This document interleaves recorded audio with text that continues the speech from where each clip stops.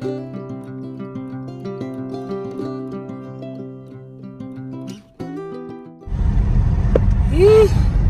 nyo yung panahon guys, wala na akong makita. Alas 7 na ng umaga. Yo guys, so dito ako sa work ngayon. Tingnan nyo yung paligid. Napakahamog. Lakas pa ng hangin. So toilet lang ako. Work na ako guys. So let's see kung anong mangyayari mamaya. Hopefully iinit din siya kasi hindi naman na umuulan, pero umulan kanina umaga. Pakita ko sa inyo si Papa guys. Nagtatrabaho siya dito. Papa. Hi Pang, hi. Vlog na ko ba? Easy money? Easy money. Yung trabaho ni Papa guys, taga-sort lang siya. Kuha siya ng mga board. Meron naman siyang trolley dito. So, hindi siya masyadong nahihirapan sa trabaho.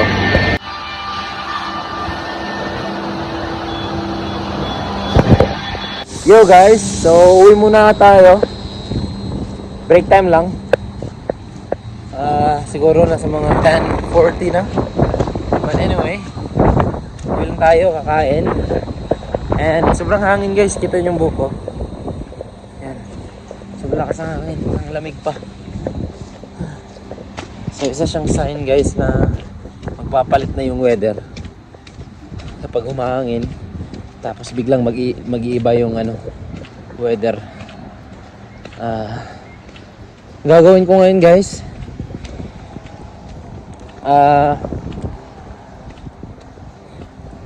so may naisip lang akong idea para sa vlogging natin, para ma-improve yung ating editing. Why not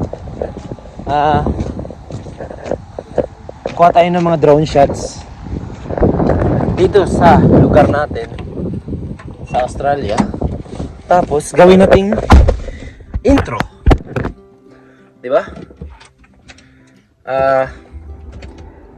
Isa pala sa pinaka-paborito kong pinapanood guys is Casey Neistat. Kung alam nyo or kung kilala nyo si Casey Neistat, isa siyang vlogger, filmmaker na syempre isa siyang filmmaker na naging vlogger. So expected na maganda talaga yung videos niya. So lagi ako nanonood sa vlog niya guys. Ang ganda lang talaga ng mga transitions, camera angle niya.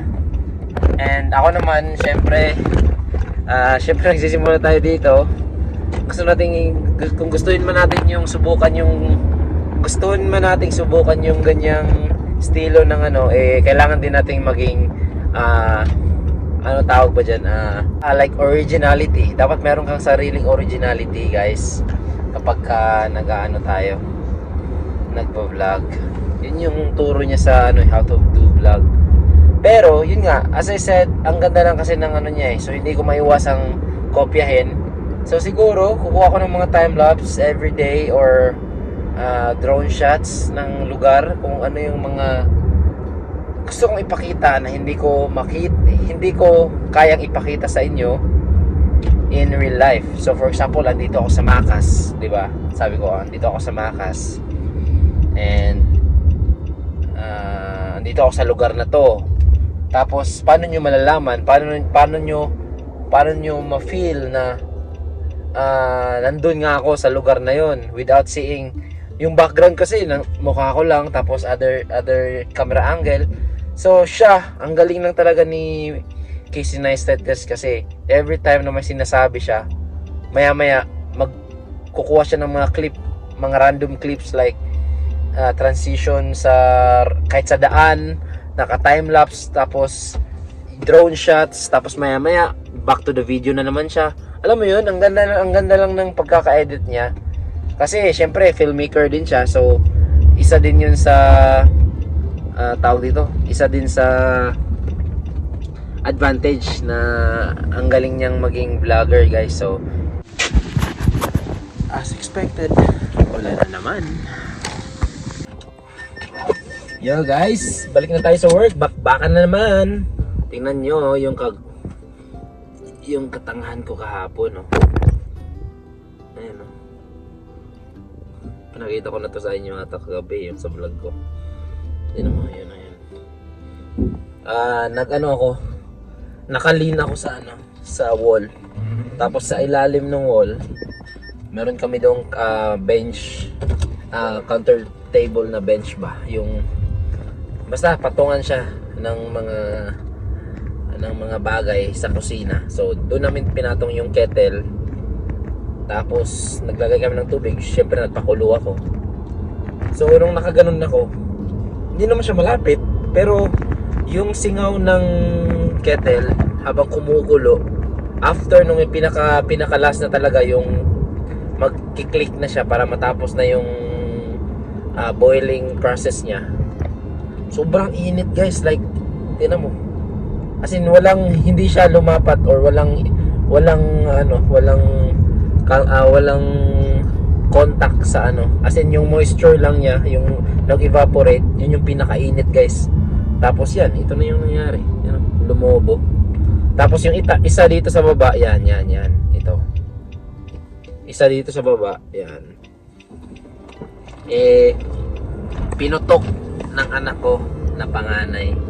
Nanggigil siya guys. Hindi ko naman napansin kasi hindi ko na maramdaman to eh. Naramdaman ko na lang nung gumagano na yung mukha niya. Nanggigil na siya. Tapos humapdi na at may tubig na tumutulo dito. Yon.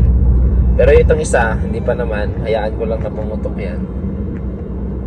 Ganun talaga yung anak ko guys. Mabilis manggigil. But anyway, punta na tayo sa work guys. At trabaho lang. Walang ending.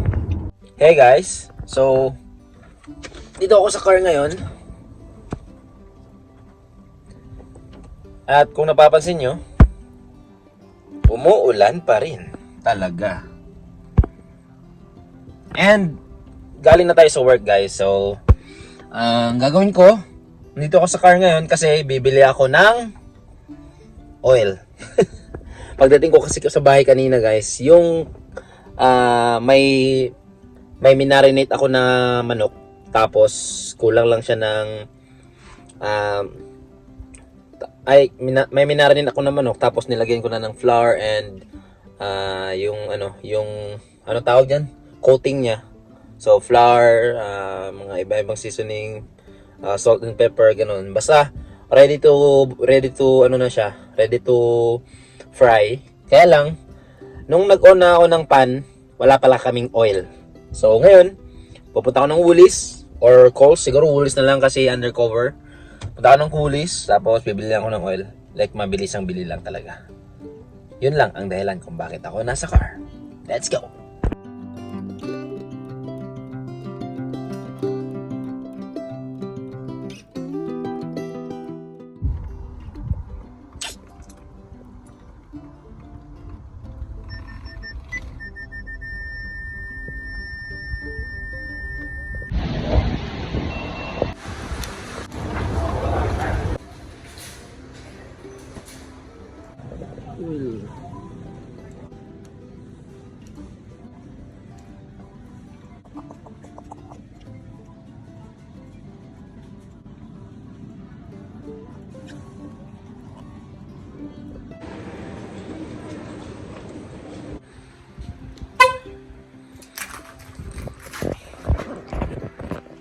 I was thinking guys, umuulan siya, pero gusto kong magkuha ng time-lapse na umuulan dito sa labas.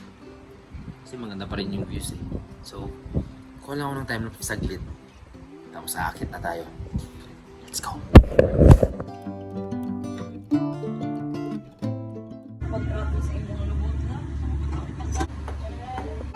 Daddy, I want that one. Ubus na. Tapos na. Pagkalat na. Which one? Yeah. No na. I want that one. Ako pag ano, That one. si baby. Ulat lang. Wait. Red. Saan pag beautiful eyes? Saan pag pretty? Saan pag beautiful eyes? Pogi.